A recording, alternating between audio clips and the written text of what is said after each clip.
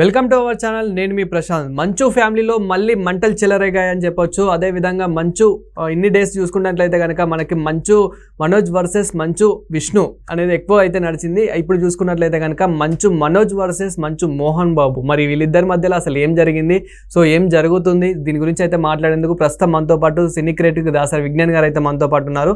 నమస్తే అండి. నమస్తే. సో అసలు ఏం జరుగుతుంది, ఆల్రెడీ మనం గతంలో చూసాము, అన్నదమ్ముల మధ్య చాలా గొడవలు చూసాము. సో ఇప్పుడు తండ్రి కొడుకుల మధ్య చూస్తున్నాము. అసలు ఏం జరుగుతుంది అంటే చాలా వైరల్ అవుతుంది దీని మీద. ఇప్పుడు ఫ్రేమ్ చేయబడిన కథ గురించి మాట్లాడుకుందాం.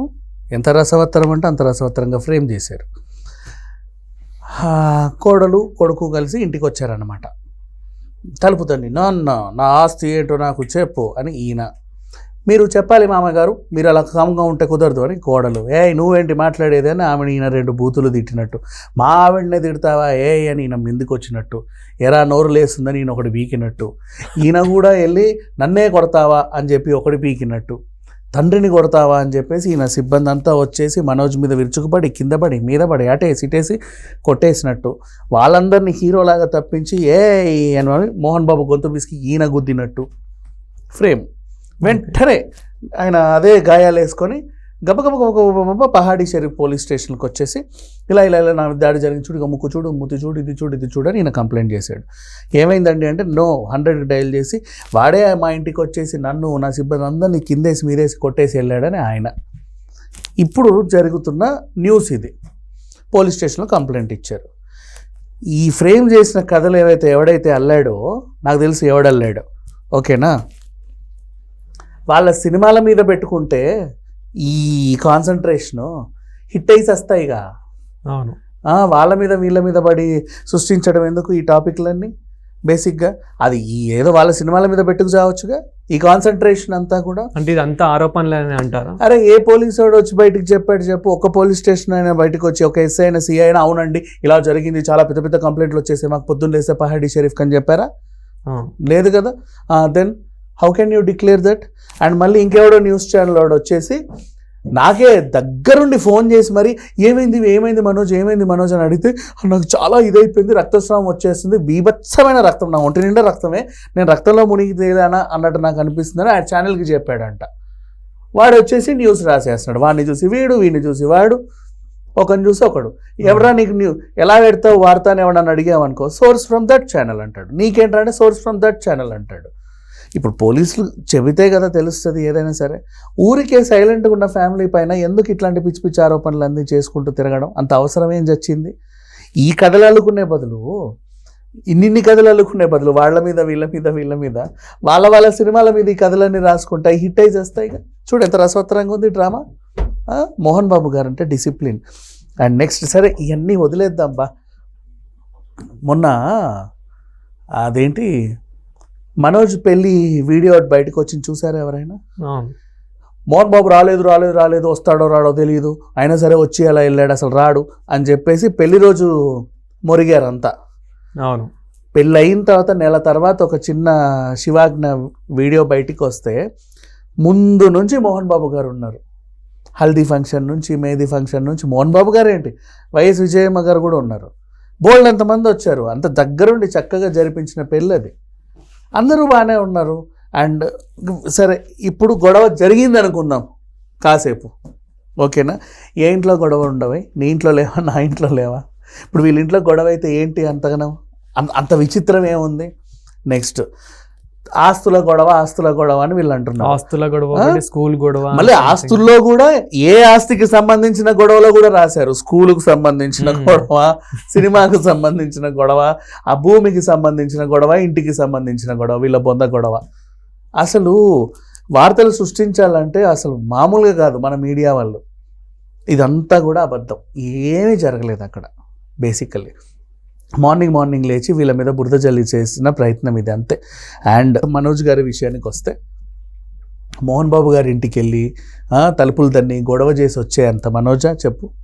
ఇప్పటివరకు ఏమైనా రూమర్ ఉందా పిల్లోడి మీద? నెక్స్ట్ మోహన్ బాబు గారి ఇంటికి నీలాంటోడు నాలాంటోడు వెళ్తేనే ఇలా వెళ్ళి అలా కాళ్ళకు దండం పెట్టో మూల కూర్చుంటాము మామూలుగా. ఎంత కొడుకైనా సరే, ఈవెన్ నేను చెప్తా విను, ఫర్ ఎగ్జాంపుల్ విష్ణు గారు ఉన్నారా, ఇప్పుడు మోహన్ బాబు గారు ఫర్ ఎగ్జాంపుల్ వాళ్ళ ఆఫీస్ ఉంది ఇక్కడ, అదేది కావూరి హిల్స్లో, పైన 5th ఫ్లోర్లో ఆయన ఉంటాడు, 4th ఫ్లోర్లో ఈయన విష్ణు గారు ఆయన కూర్చొని వర్క్ చేసుకుంటూ ఉంటాడు. నాన్నగారు లేచారండి ఇంటికి వెళ్తున్నారంటే వెంటనే అలర్ట్ అయ్యి వెళ్ళి ఆయన్ని సాగనంపి, రోజు చూసేనాన్నే కానీ మర్యాద చూడు, మర్యాద. నాన్నగారు లేచారంటే అందరు ఇలా. సేమ్ పెద్దిరాయుడు సినిమాలో ఎలా ఉంటుందో వీళ్ళ ఇంట్లో కూడా అలాగే ఉంటుందబ్బా. నేను కళ్ళరా చూసి మాట్లాడుతున్నా ఇంకా చెప్పాలంటే పచ్చిగా. అండ్ మనోజ్ అయినా సరే, లక్ష్మి గారు అయినా సరే, వాళ్ళు ఎంత హాయిగా ఉంటారు. లేనిపోని గొడవలు, వాడు వచ్చేసి మీడియాకి ఏదో చెప్పేసి, వీళ్ళందరూ అసలు పెద్ద విషయం ఏదో విచిత్రం జరిగినట్టుగా వీళ్ళు చెప్పి, సరే గొడవ జరిగిందే అనుకుందాం అబ్బా, ఏ ఇంట్లో ఉండవు గొడవ. తండ్రి అన్నాక కొడుకున్నావు దెబ్బేడు, కొడుకు అన్నాక ఏ తండ్రిని ఎదిరించిన దాఖలాలు చరిత్రలో లేవు. ఇన్ కేసు ఉంటే నెక్స్ట్. ఇకపోతే ఈ సందర్భం వచ్చింది కాబట్టి మిగతా వాళ్ళకి చెప్పాలనుకుంటున్నా. అంటే ఇప్పుడు సెలబ్రిటీలను చూసి చాలామంది ఇన్ఫ్లుయెన్స్ అయ్యే వాళ్ళు ఉంటారు. తండ్రి ఆస్తి కొడుకు అంటే తండ్రి ఆస్తి తండ్రి ఇష్టం. నువ్వు కొడుక్కే ఇచ్చుకుంటావా, దారాదత్తమే చేస్తావా నీ ఇష్టం.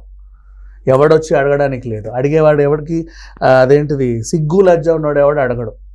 అండ్ ఇంత క్రమశిక్షణ గల తండ్రి దగ్గర పెరిగిన పిల్లలు అసలు వాటి ఊసే ఎత్తరు బేసికల్లీ. ఇప్పుడు నువ్వు నేనున్నా కూడా తండ్రి ఉద్యోగం నాకు కావాలి, తండ్రి ఆస్తి నాకు కావాలి, ఇంకెందుకు నువ్వు నీ బొంద కన్నపాపానికి, అవునా కదా? కొట్లాడొద్దు ఎప్పుడైనా. తల్లిదండ్రుల ఆస్తులు వాళ్ళ ఇష్టం. వాళ్ళు ఎవరి పేరు మీద, ఇంట్లో పెంచుకునే కుక్క పేరు మీద రాసి చచ్చిపోయినా వాళ్ళ ఇష్టం, వాళ్ళ వీలునామా వాళ్ళ ఇష్టం. ఏ కోర్టు కానీ ఏ చట్టం కానీ దీంట్లో ఇన్వాల్వ్ అవ్వడానికి వీల్లేదు, అవ్వరు కూడా. వై? బికాస్ అది ఆయన కష్టపడి సంపాదించుకుంది. ఆయన ఎలా ఖర్చు పెట్టుకుంటాడో ఆయన ఇష్టం. ఇచ్చుకుంటాడా, ఖర్చు పెట్టుకుంటాడా, లేక మొత్తం ఆయన డబ్బులని తినేసి సస్తాడా ఆయన ఇష్టం. దీంట్లో కూడా అంటే బయట వాళ్ళు ఇప్పుడు ఇట్లాంటి వార్తలు వస్తే వైన్ షాప్ వెనకాల అరుగుల మీద కూర్చొని మాట్లాడుకునే వాళ్ళు ఉంటారు కదా, ఏమని, అవునవును ఆ తండ్రి ఆస్తి, మోహన్ బాబు గారు ఆస్తి, ఇన్ని వాటాలు వేయాలి, వీళ్ళకింత. ఆయన ఆస్తి ఆయన ఇష్టం, మీరెవరు వేయడానికి. నెక్స్ట్ శ్రీ విద్యానికేతన్ అని ఒక న్యూస్ వస్తుంది, స్కూల్ గొడవ అని. మోహన్ బాబు గారు స్కూలు అది ఎప్పుడో కట్టుకొని దాన్ని ఒక యూనివర్సిటీ చేశాడు. 25% పిల్లలకి ఫ్రీగా విద్యను అందిస్తున్నాడు. ఎప్పటి నుంచో, ఇప్పటిది కాదు ఆ చరిత్ర దాన్ని. అది చారిటీ, అది ఆస్తి కాదు. నువ్వు ఆస్తి అనుకోకూడదు. నువ్వు ఇన్ కేసు వీళ్ళు ఎవడైతే రాస్తున్నాడో ఆ వాటా ఎవరికి ఇస్తే అది నష్టమే. అది ఆస్తి కాదు, ఇట్స్ ఎ చారిటీ. నీకు అర్థమవుతుందా? అంటే ఆ భవనాలు, ఆ ల్యాండ్ ఆస్తి కిందికి వస్తాయేమో కానీ ఇట్స్ ఎ చారిటీ. ఎంత జీవిత కాలమైనా, ఎన్ని తరాలైనా, ఎంత పోయినా సరే అక్కడ ఒక ఉచిత విద్య, ఇంకేదో కొన్ని కార్యక్రమాలు జరుగుతున్నాయి. అది ఆస్తి కాదు, it's a charity, charitable trust. అది ఇంకా చెప్పాలి అంటే చారిటబుల్ ట్రస్ట్ను కూడా ఆస్తిగా పరిగణించి ఎవడన్నా వాటాలు వేసుకునేది. ఇప్పుడు బసవతారకని వాటాలు వేసి అందరికి ఇచ్చాయి. ఎలా ఉంది పరిస్థితి అసలు? ఇది ఊహించడానికి కూడా చండాలంగా ఉంది. మరి ఊకదంపుడు వార్తలు మార్నింగ్ నుంచి ఎందుకు వస్తున్నాయో తెలియదు. ఎవరిని అడిగినా వాడేసాడు కాబట్టి నేనేస్తాను. నేను 10 మందికి ఫోన్ చేసి అడిగా, అయ్యా నీకేమన్నా చెప్పారా ఫోన్ చేసి అంటే, వాళ్ళు వేస్తున్నారని మేము వేసామంట. నీవేమో పోలీస్ స్టేషన్కి వెళ్ళి కనుక్కు చచ్చావా? అబ్బే లేదు. పోలీసులు ఏమైనా ప్రెస్ నోట్ ఏమైనా రిలీజ్ చేశారా ఇట్లా జరిగింది మా దగ్గర అని? కంప్లైంట్ ఇస్తే కంప్లైంట్గా పోలీసులకు హక్కు ఉంది, ఎవరు కంప్లైంట్ ఇచ్చినా చెప్తారు. అందులో కనిపించే విజువల్స్ కూడా అంటే ఇప్పుడు ఏదైతే మీడియాలో చూపిస్తున్నారో పాత ఎప్పటియో పిచ్చి విజువల్స్ అన్ని కూడా అవన్నీ చూస్తే నిజంగానే ఈ రోజే జరిగింది, ఇప్పుడే జరిగింది అన్నట్టుగా. అదేదో ఈయనేదో మొత్తం ఒళ్ళంతా రక్తస్రావం వేసేసి నాకు ఇలా కొట్టాడు, నేను మాట్లాడలేకపోతున్నాను, ఇదే నేను లాస్ట్ మీకు చెప్పేదని ఈయన చెప్పాడంట. వాళ్ళు అథెంటిక్గా మాకే చెప్పాడని చెప్పేసి కూడా మాట్లాడుతున్నారు. ఆ థంబ్నెయిల్స్ లో కూడా ఏదైతే మంచు మనోజ్ జిమ్కి వెళ్ళినప్పుడు ఉండే ఏవైతే పిక్స్ ఉంటాయి అవిటిని తీసుకొచ్చి, అంటే జిమ్ చేసి వచ్చి కొట్టేశాడు మోహన్ బాబుని, అలా పెట్టేస్తున్నారు. అంత దారుణంగా. Nothing like that. సి పరువు గల కుటుంబం, పద్ధతి గల కుటుంబం. పద్ధతి అంటే డిక్షనరీ మీనింగ్ లాంటి కుటుంబం అది. అర్థమైందా? వాళ్ళ అంతర్గత వ్యవహారాలు అవి. ఇన్ కేస్ ఒకవేళ గొడవలు ఉన్నా వాళ్ళ అంతర్గత వ్యవహారం. నీ ఇంటి గురించి నేను మాట్లాడడానికి లేదు, నా ఇంటి గొడవ గురించి నువ్వు మాట్లాడడానికి లేదు. మరి వాళ్ళ గొడవల గురించి మనం ఎవరమై మాట్లాడడానికి కదా?